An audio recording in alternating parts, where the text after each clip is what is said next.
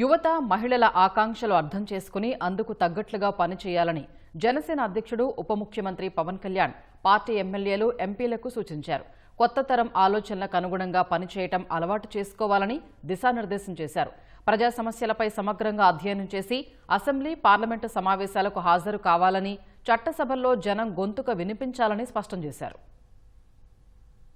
Janasena party ఎమ్మెల్యేలు, ఎంపీలు, ఎమ్మెల్సీలతో ఉప ముఖ్యమంత్రి పవన్ కళ్యాణ్ శనివారం మంగళగిరిలోని పార్టీ కార్యాలయంలో సమావేశమయ్యారు. 3 గంటల పాటు సుదీర్ఘంగా సమావేశం సాగింది.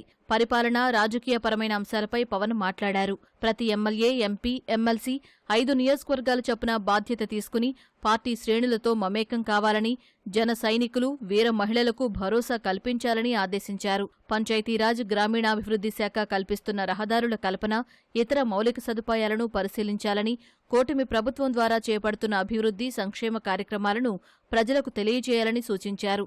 జనసేన శాసనసభా పక్షం నుంచి 6 కమిటీలు నియమించారు. 6 వారాల్లోగా ఆయా కమిటీలు నివేదికలు అందించాలన్నారు. జనసేనకు అండగా నిలిచిన మిలీనియల్స్, జెన్జీ తరంతో ఎప్పటికప్పుడు మాట్లాడుతూ చర్చిస్తూ ఉండాలని, అప్పుడే ఈ తరం వారి రాజకీయ, సామాజిక ఆలోచనలు అర్థమవుతాయని వివరించారు. సంక్షేమం ఎలాగా జరుగుతోంది, దాంతోపాటుగా ఇన్ఫ్రాస్ట్రక్చర్ అంటే రోడ్లు వేయాలి. మంచి ప్రయారిటీ అనేది మనం పార్టీ తరఫున రోడ్లు, మంచినీటి సదుపాయం, అదేవిధంగా డ్రైనేజ్ వ్యవస్థని చేసుకోవడం అన్ని చోట్ల.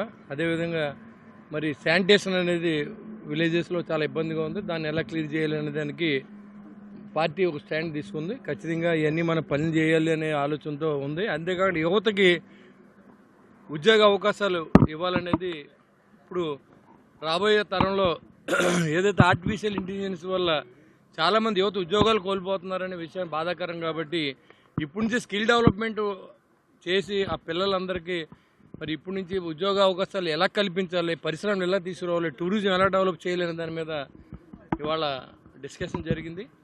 మా స్టాండ్ మొదటి నుంచి కూడా ఇన్ఫ్రాస్ట్రక్చర్ ఉండాలనేది పవన్ కళ్యాణ్ గారు యువత ఉద్యోగాల గురించి, యూత్ ఫోర్స్ని అనేది నిర్వీర్యం అవ్వకూడదనేది ఆలోచనని ఇవాళ కేంద్ర ప్రభుత్వంతో మాట్లాడి ఎలాంటి నిధులు వచ్చినా సరే సద్వినియోగం చేసుకుని ప్రాజెక్టులు తీసుకొచ్చి పనిచేయాలని ఆలోచనతో పనిచేస్తాం. అంటాలి కూటమి బలపడాలి, మనం బలపడాలనేది మెయిన్ సారాంశం. ఉపాధి, ఉద్యోగావకాశాల కల్పన, రహదారుల నిర్మాణం, అభివృద్ధి, రక్షిత తాగునీటి సరఫరా, పారిశుద్ధ్య నిర్వహణ, డంపింగ్ యార్డుల ఏర్పాటు అంశాలపై ప్రత్యేక దృష్టి సారించాలన్నారు.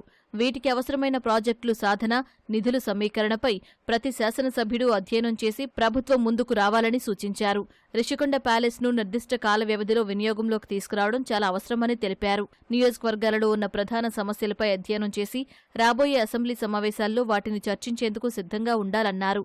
అదేవిధంగా నియోజకవర్గాల్లో మీరు అనుసరించిన అత్యుత్తమ విధానాలు, విజయాలను పార్టీ కేంద్ర కార్యాలయానికి తెలియజేయాలని, వాటిని సభ ముందుకు తీసుకువెళతారని తెలిపారు. జనవాణి కార్యక్రమాన్ని నియోజకవర్గాల స్థాయిలో నిర్వహిస్తే ప్రజల సమస్యలు, వారి బాధలు మరింతగా తెలుస్తాయన్నారు. కూటమి పార్టీల పరంగా మీ నియోజకవర్గాల్లో 3 పార్టీల సమన్వయ సమావేశాలు ప్రతి నెలా నిర్వహించాలన్నారు. కూటమిని బలపరుస్తూనే మన పార్టీని బలోపేతానికి ప్రణాళికాబద్ధంగా అడుగులు వెయ్యాలన్నారు.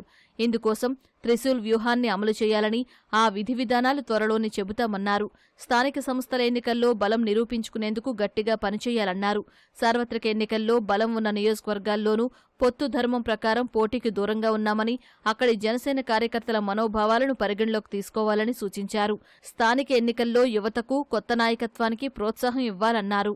జీఎస్టీ సంస్కరణలపై ప్రధానికి ధన్యవాదాలు చెబుతూ జనసేన శాసనసభాపక్ష సమావేశంలో తీర్మానం ఆమోదించారు.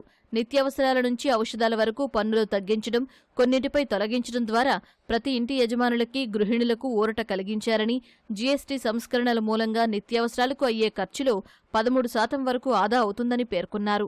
వ్యక్తిగత జీవిత, ఆరోగ్య బీమా పాలసీలపై జీఎస్టీ రద్దు చేయడం అత్యుత్తమ నిర్ణయమని చెబుతూ ధన్యవాద తీర్మానాన్ని రాజోలి ఎమ్మెల్యే దేవ వరప్రసాద్ ప్రవేశపెట్టగా, యలమంచిలి ఎమ్మెల్యే సుందరపు విజయకుమార్ బలపరిచారు.